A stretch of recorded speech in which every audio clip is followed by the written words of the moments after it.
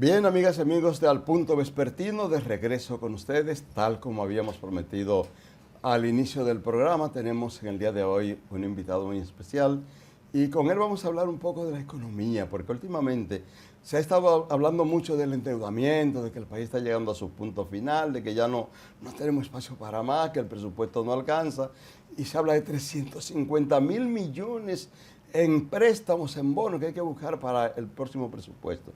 Él va a hablar de eso y muchas cosas. Se trata de Ivanhoe NG Cortiña, amigo de nosotros, amigo del pueblo dominicano y quien es un experto en esto del manejo de la economía. Bienvenido. Y gracias, ya usted sabe. Gracias por darme la oportunidad. Estamos listos para preguntar de todo aquí. La batalla. Y yo listo para estar al punto. Pero ahí va, este año se caracterizó justamente por el intento de una reforma fiscal, que el gobierno le llamó modernización fiscal. Se lanzó el proyecto, estuvo en la Cámara Legislativas, de repente se recoge el proyecto, porque tal parece no sintonizaba con la economía popular, con la gente común y corriente del pueblo y afectaba intereses de ciertos sectores económicos como toda reforma fiscal. Nos gustaría escuchar de ti tu parecer del por qué se recogió esa reforma fiscal y cuál sería la reforma fiscal, de ser necesaria, adecuada. Siempre dije que la reforma fiscal que sometió el Poder Ejecutivo era innecesaria. Y lo era y lo sigue siendo porque ellos habían elaborado un plan de desarrollo, un programa macroeconómico de mediano plazo, 2024-2028, 4 años, en la que entendían que la economía iba a seguir creciendo alrededor de un 5%, que la tasa de inflación iba a ser de alrededor de un 4% y que incluso iban a reducir el déficit fiscal. Entonces, un escenario proyectado de ellos, de que la economía y las finanzas públicas se iban a manejar de esa manera en los próximos 4 años, entonces yo decía, bueno, si eso es cierto, y no tengo por qué dudarlo, porque las autoridades lo han publicado, entonces, ¿para qué necesitamos una reforma fiscal? Pues la respuesta la encontré luego, en su afán, cuando ellos estuvieron articulando algún tipo de explicación, en su narrativa, decían ellos que estaban por alcanzar el grado de inversión por ante las firmas calificadoras de riesgo. Una calificación crediticia que se le otorga el grado de inversión a aquellas economías que han logrado tener todo un desempeño económico positivo y tendencial y al mismo tiempo una salud fiscal, junto con una estabilidad en la parte social y en la parte de las instituciones y en la parte política. Entonces se entendía que la reforma fiscal era la única manera de ello atacar el tema del endeudamiento público, que ha estado creciendo durante muchos años, especialmente en forma más intensa en la actual gestión gubernamental. Como la reforma fiscal era de carácter regresivo, que estaba afectando o iba a afectar a los sectores de más bajos ingresos, por aquello de que alrededor de el 70%, 66%, para serle más preciso, de los ingresos que iban a recaudar iba a ser a través del ITEVI. Y por eso tenía carácter regresivo. Y la población, obviamente, le dio un espaldarazo y se manifestó por diferentes vías en contra de esa propuesta y al gobierno no le quedó otro camino que retirarla. Retirar la reforma fiscal, consciente del déficit que tenemos, ¿cómo prevé, Ivanhoe, que va a terminar este año?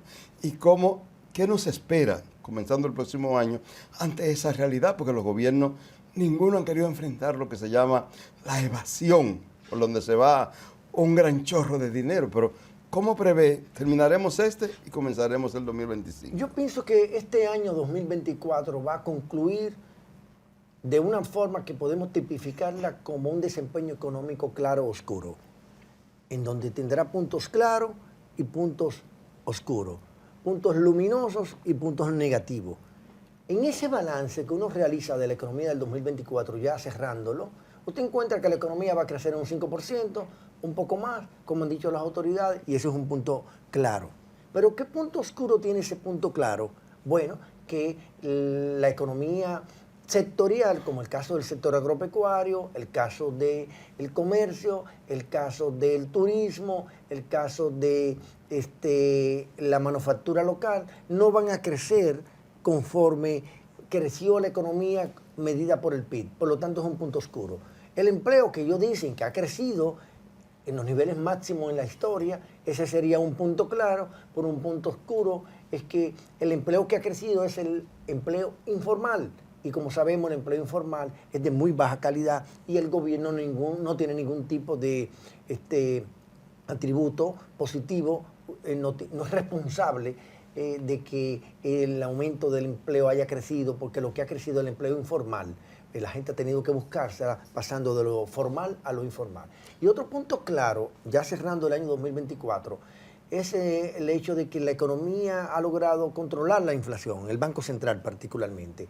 Ellos dicen que se sitúa en torno al 3.4% hacia finales del año 2024, ya casi concluyéndolo, y como sabemos, la meta de inflación es de un 4%, y si se sitúa en ese nivel, pues es un punto claro. Ahora, ¿qué punto oscuro tiene ese punto claro? Y de ahí lo declaro oscuro. Bueno, el hecho de que la comida tradicional del pueblo dominicano es la bandera dominicana.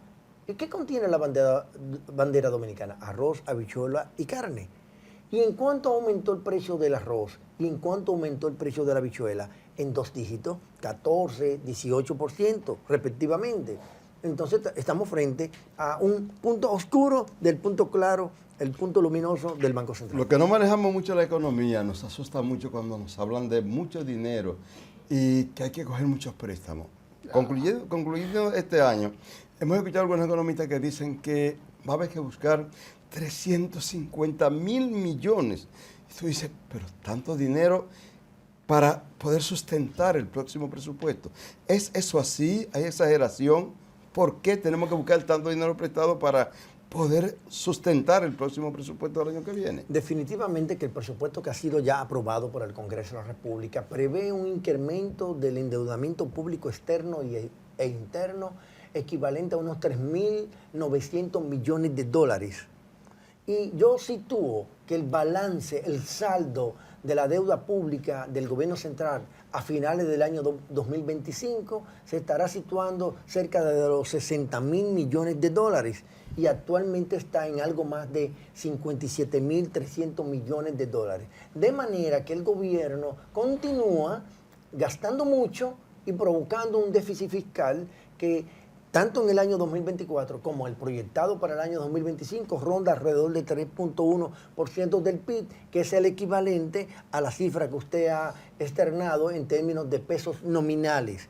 Y es lo que explica en la política de endeudamiento del gobierno central, que ha sido el más alto de la historia económica dominicana a causa de que el gobierno ha sido incapaz de reducir el déficit fiscal a los niveles en que se encontraba en la prepandemia. En la prepandemia el déficit fiscal rondaba 2.4, 2.3, 2.5 y ahora está en 3.1. De tal manera que el gobierno entonces en materia fiscal lo que se ha quemado.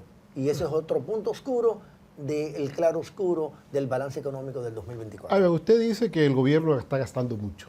Sin embargo, ya en estos días finales del año 2024 nos encontramos que el presupuesto de Obras Públicas, el Ministerio de Obras Públicas, pues tiene un sobrante ahí de casi 12.000 millones de pesos que no se han gastado.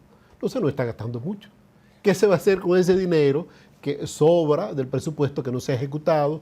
También nos dicen que hay un sobrante del Ministerio de Educación, una cantidad importante de dinero que año tras año no se gasta.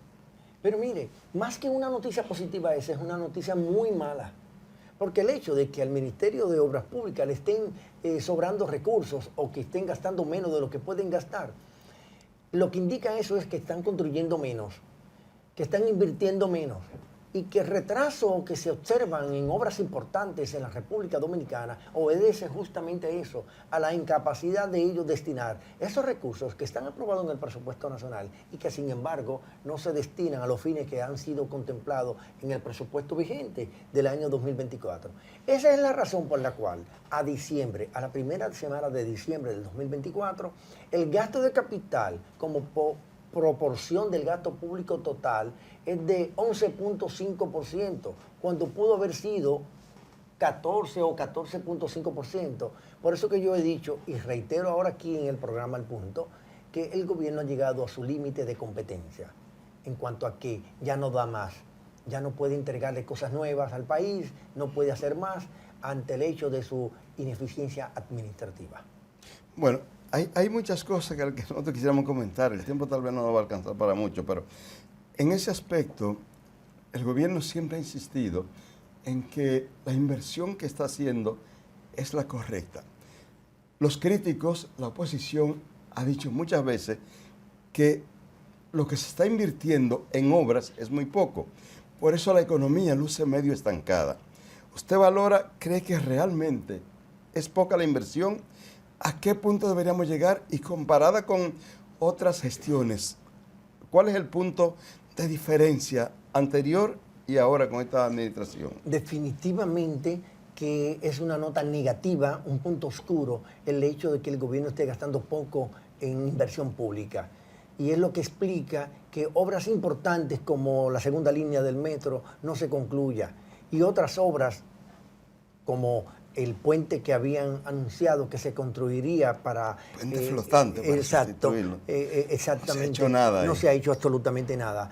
El retraso que hay en la obra de la intersección entre la Isabel Aguiar con 27 de febrero, los trabajos no marchan al ritmo deseado. Y otras tantas que anunciaron cuando se indicó que iba a recibir unos 750 o 775 millones de dólares por el contrato, la revisión del contrato de Aerodón.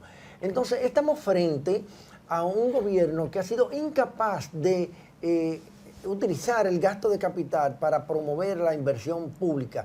Y eso, naturalmente, es una mala señal, no solamente para el 2024, sino para el 2025. Porque el hecho de que se esté previendo que para el año 2025 se va a gastar menos que ahora en el 2024 en gasto de capital, en construcciones, en inversión pública, los sectores económicos, ¿qué piensan? Especialmente los que están alrededor del sector de la construcción, que ha tenido un mal desempeño ahora en el 2024, por debajo de lo que creció en el año 2023, el sector construcción.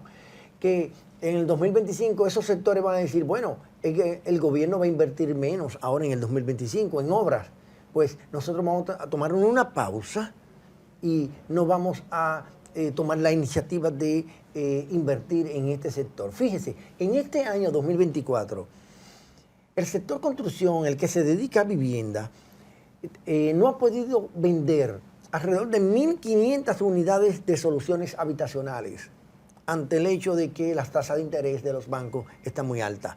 Esa es la razón por la cual el Banco Central ha dispuesto facilitarle recursos destinados a ese sector, dándole una mano amiga desde el ámbito de lo monetario, no desde el ámbito de lo fiscal, para que esas viviendas que fueron construidas por el sector privado encuentren salida. Si eso no llegase a ocurrir, porque las tasas de interés bancarias no han descendido como se había estimado, hoy día están por encima de lo que era en junio del año 2023, están sobre el 15%, todavía una tasa muy alta para el financiamiento privado. Entonces, el sector construcción, el que se dedica a los proyectos habitacionales, pues no tendrán mucha iniciativa para invertir más en su sector. Pero el Banco Central ha anunciado en varias ocasiones este año una reducción de la tasa de interés. Pero no han tenido éxito. ¿Por qué no han tenido éxito? Porque sí. Realmente lo han anunciado con bombos y platillos y supuestamente va directamente a la banca y la banca va a los usuarios. Justo ese es otro de los puntos claros y otro de los puntos oscuros, de los claroscuros que estoy construyendo en esta explicación. Porque es un punto claro el de que el Banco Central reduzca su tasa de política monetaria de 8.5 a 6.25 que se sitúa a diciembre del 2024. Bueno, porque le está diciendo al sector privado, a los bancos, reduzcan ustedes las tasas de interés que le prestan a los distintos sectores de la economía nacional.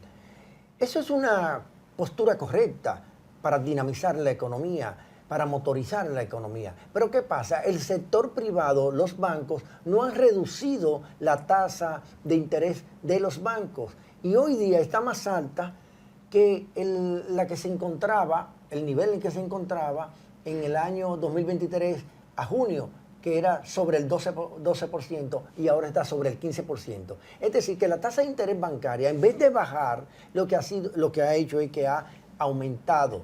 ¿Y a qué se debe eso, Ramón y Tomás? Se debe a que la economía tiene insuficiencia de liquidez. Por eso es que el dominicano dice, no siento el circulante. O sea, no hay cuarto, no hay cuarto. No hay cuarto, en el lenguaje coloquial sí, no hay cuarto. Coloquial. Al punto que el Banco Central había estimado, no el gobierno, el Banco Central había estimado que durante todo el año 2024 la oferta monetaria, es decir, la liquidez que debe haber en la economía, iba a crecer en un mínimo de un 12%. Pues ustedes saben cuánto ha crecido a la segunda semana del mes de diciembre del 2024 en 8 puntos y algo %. Yeah. Es decir, por debajo de lo que se había programado. Pero el gobierno tiene una visión como de hacer más pequeño el Estado. Se ha hablado de fundir instituciones, eliminar instituciones, una juntarla con otra desaparecerla. Ante esa situación, posiblemente el gobierno cree que poniendo el Estado más pequeño, tendrá la posibilidad de una estructuración mayor en la economía, más recursos para obras y otras diligencias estatales, y nosotros tenemos la visión en el sentido de que podría también ser negativo en el aspecto del empleo. ¿Usted cómo visualiza esta visión que ha tenido el gobierno o estos anuncios que todavía no se materializan de fundir instituciones, reducir empleos y facilitar las posibilidades de que más recursos puedan ser administrados por el gobierno porque hay menos inversión en instituciones parasitarias como se consideran algunas? Eso es solo discurso desde el ámbito oficial, es retórica, porque ciertamente ellos han dicho que van a eliminar entidades públicas, que van a unificar otras, y ciertamente han dado algunos primeros pasos. Pero si usted va a lograr una economía del gasto público por ese lado, vamos a decir que sí en intención. Se supone que eso se va a traducir a que esos recursos usted los va a destinar a áreas más prioritarias, como por ejemplo el gasto en salud, como por ejemplo el gasto en capital para obras. Y yo acabé de decirle que el gasto de capital va a ser el menor de la historia de la República Dominicana de cara al año 2025, apenas un 12% del gasto público total. Entonces, ¿de qué vale usted hacer un esfuerzo, más bien de efecto demostración de que está achicando el Estado cuando a través de las instituciones públicas, cuando usted no es capaz de aumentar la dotación para el gasto social, por ejemplo? El gasto social para el año 2025 va a ser menor que en los años prepandémicos. En los años prepandémicos era alrededor de un 46-47%. En el 2024 y en el 2025 es alrededor de un 44%. Y ya le hablé del gasto de capital. Por lo tanto, por eso es que yo digo que eso es retórica, esto de anunciar la reducción de entidades públicas. Junto con eso, porque parece que el gobierno entiende que aumentar el gasto social es aumentar la cantidad de raciones alimenticias que entrega a través de los comederos económicos y la cantidad de bonos que le entregan a familias pobres que aumentan el bono gas o el bono luz. Y con eso el gasto social entiende que está cumpliendo su papel, no aumentando la forma de garantizar que la gente tenga un empleo seguro, un ingreso normal, un ingreso activo, sino dando algunas ayuditas de vez en cuando a la población. Excusándome para conectar ahí con la inquietud de Tomás, el gobierno ha anunciado que justamente en el 2028 cero hambre. Así es. Entonces, ¿tú crees que se pueden dar las condiciones en estos años pre al 2028 para que sea una realidad lo que dijo el presidente Luis Abinader? Hace un momentico decía que el gobierno había llegado a su límite de competencia. Ustedes recordarán, ustedes son grandes comunicadores y con mucha experiencia y le dan seguimiento a la información, que en diciembre del año 2023 ocurrió exactamente lo propio con el tema de las visitas navideñas con respecto a los bonos. Y ahora en el 2024 ya se conoce el escándalo que se ha producido en donde gente que no debió estar en la lista para recibir los bonos están en la lista. Y es incompetencia porque el gobierno ha dicho que ha reducido la pobreza, y como es que si ha reducido la pobreza, entonces la cantidad de bonos que ellos han anunciado, alrededor de 3 millones de bonos de 1.500 de pesos cada uno, sería de aumento, es decir, sería mayor que el del año 2023. Desdice el discurso con los hechos. Pero peor aún, es que esos bonos no están siendo, el gobierno está como con una papa caliente, nadie quiere tenerla en las manos. Nadie la quiere. La directora del plan social dice que solamente tiene un 10%, luego el otro ámbito dice que lo están distribuyendo entre las comités de amas de casa y juntas de vecinos, y ellos dicen que lo que le están dando son migajas de bonos.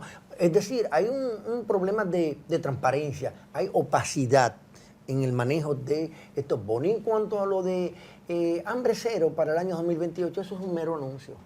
Para que se produzca el hambre cero en cualquier país del mundo se necesitan 2 condiciones.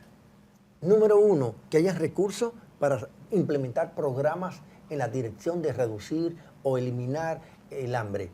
Y número 2, asegurar la autosuficiencia alimentaria. Y el gobierno, cuando anunció esta aspiración hacia el año 2028, indicó de que iba a implementar algunos programas de proyectos económicos. No, dijo de dónde van a venir los fondos, de dónde van a provenir los fondos para sufragar esos gastos que se supone que implica reducir el hambre a cero. Bueno, como propósito, bienvenido, pero sabemos que eso no se va a lograr en el 2020. A propósito de eso, cuando se le habla al gobierno cosas como esta, muchas veces los funcionarios reaccionan con negatividad. Dicen que la oposición solo critica, solo cuestiona, pero no hace ningún aporte. Este país es de todo. Queremos que echemos hacia adelante. En esa dirección, ¿qué sugeriría Ivanhoe al gobierno como medidas positivas que pueda implementar, que contribuyan a enfrentar problemas como esto del desempleo, el hambre y la búsqueda de recursos para poder seguir echando hacia adelante? Como sugerencias que ayuden, que no se vean nada más como la crítica. Bueno, el gobierno nos dice a nosotros, a la oposición, de que solamente nosotros criticamos, y nosotros desde la oposición decimos que el gobierno solamente anuncia y no hace, o hace poco. Por lo tanto, a un gobierno que es a quien le corresponde ejecutar el gasto público, he dicho aquí con datos de que el gobierno cada día gasta menos en obras importantes, en áreas importantes que le aumenten el patrimonio nacional, que ensanchen el mercado interno de la República Dominicana. Dicho a modo de sugerencia, aunque no me han contratado para esos fines el gobierno, que definitivamente la formulación presupuestaria tiene que ser totalmente distinta a como se ha hecho. No es posible que el gobierno siga degradando el gasto de capital al punto de llevarlo al nivel más bajo de la historia de la República Dominicana. Un gobierno, un país con un gasto de capital tan insignificante como el que vamos a tener en el año 2025 no le garantiza la sostenibilidad de la deuda, no garantiza el aumento del patrimonio público, no garantiza el aumento del mercado interno y no aumenta el empleo, porque esas obras generan empleo. Entonces los 120.000 millones que se iban a recaudar con la reforma fiscal abortada en este año 2024, no hay forma de cómo conseguirlo. Claro, reduciendo la evasión fiscal. Okay. Evasión que es alta, si usted promedia la evasión del impuesto sobre la renta y promedia la evasión del ITEVIS, rondará algo más del 50%, lo cual es una métrica muy elevada, ¿no?, para un país con escasez de recursos. Y yo creo que tanto en el ámbito aduanal como en el ámbito de impuestos internos, tienen una tarea, tienen un desafío enorme para poder reducirlo. No decir que lo lleven como al hambre, ¿no? Al hambre, sí. a una evasión cero, pero sí dar señales.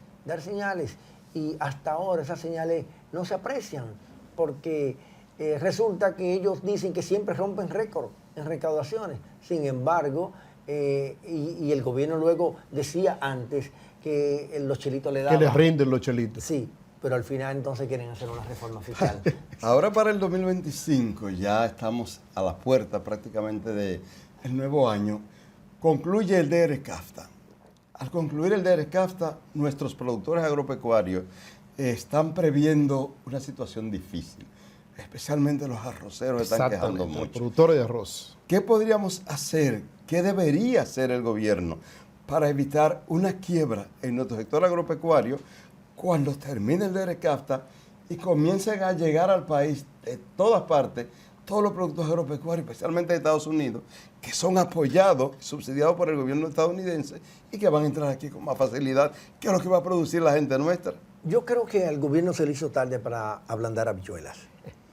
Y utilizo esta expresión coloquial ante el hecho de que el mundo, a partir del 20 de enero, que es el día 1 de la nueva administración del presidente electo Donald Trump, cuando asuma sus funciones como nuevo presidente de los Estados Unidos, usted sabe que tiene un discurso muy interno, muy hacia los Estados Unidos, vamos a decir muy nacionalista.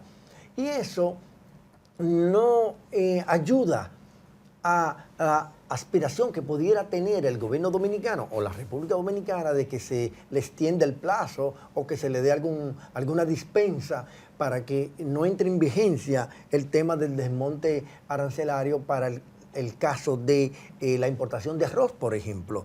Por eso es que digo que se le ha hecho tarde al gobierno para hacer una cosa como esa, porque además también no siento una sintonía entre las posturas ideológicas de Donald Trump y las posturas ideológicas del gobierno dominicano. Ahí va, en el mes de enero se juramenta un nuevo presidente de los Estados Unidos. El señor Donald Trump ya fue presidente de esa gran nación, el principal aliado comercial de la República Dominicana. Cientos de compatriotas nuestros, miles, residen en Estados Unidos y envían remesas. ¿Cuál tú crees que puede ser el impacto económico para la República Dominicana de la vuelta al poder de Donald Trump? Entonces, partiendo de que supuestamente él va a mandar a todo el mundo para su país, todo el que esté ilegal allá. Bueno, nosotros no debemos forjarnos grandes expectativas positivas respecto a la nueva administración de Donald Trump. En primer lugar, porque el día 1, que es el día que se espera, con la toma de posesión del presidente Donald Trump, el 20 de enero del 2025, él dicho que va a anunciar un aumento en los aranceles a 3 países importantes del mundo. Estamos hablando de China, Canadá y México. Si eso llegase a ocurrir, pues obviamente tendrá un impacto importante en la economía mundial y en los precios internacionales. Y al mismo tiempo, el presidente electo Donald Trump ha anunciado que tendrá mano dura con el tema migratorio. Y obviamente eso estaría afectando no solamente a esos países que mencioné, sino también a la República Dominicana. Lo que quiere decir eso es que nosotros tenemos que estar muy a la expectativa del curso que vaya a tener el día 1 de la administración del presidente Donald Trump para nosotros poder mitigar en lo que se pueda los posibles impactos, que yo lo veo más negativo que positivo. Bueno, ya le decíamos que hablar con Ivanhoe nos iba a tomar mucho tiempo y que nos iba a tocar todo. Ya tenemos que terminar. Está diciendo ya el director de que ya llegamos a la parte final. Pero queremos, antes de concluir, que Ivanhoe le dé un mensaje positivo, de aliento en este periodo navideño a nuestros amigos televidentes y al pueblo dominicano. Bueno, que sean cautos en estas Navidades, especialmente en el tema del gasto familiar. Ante el hecho de que no se pronostica, yo no puedo hacer un pronóstico para el año 2025 como un año de bonanza. Al menos tenemos que propiciar un compás de espera en la postura de la familia dominicana para ver cómo arrancaría el año 2025. De esa forma seríamos cautos y de esa manera pudiéramos protegernos en forma preventiva. Pero gracias a Ivanhoe N.G. Cortiña, economista, catedrático universitario, escritor, dirigente político del partido Fuerza del Pueblo, por habernos acompañado en estos días finales del año 2024. Continúen con Al Punto Vespertino, que en breve regresamos con más.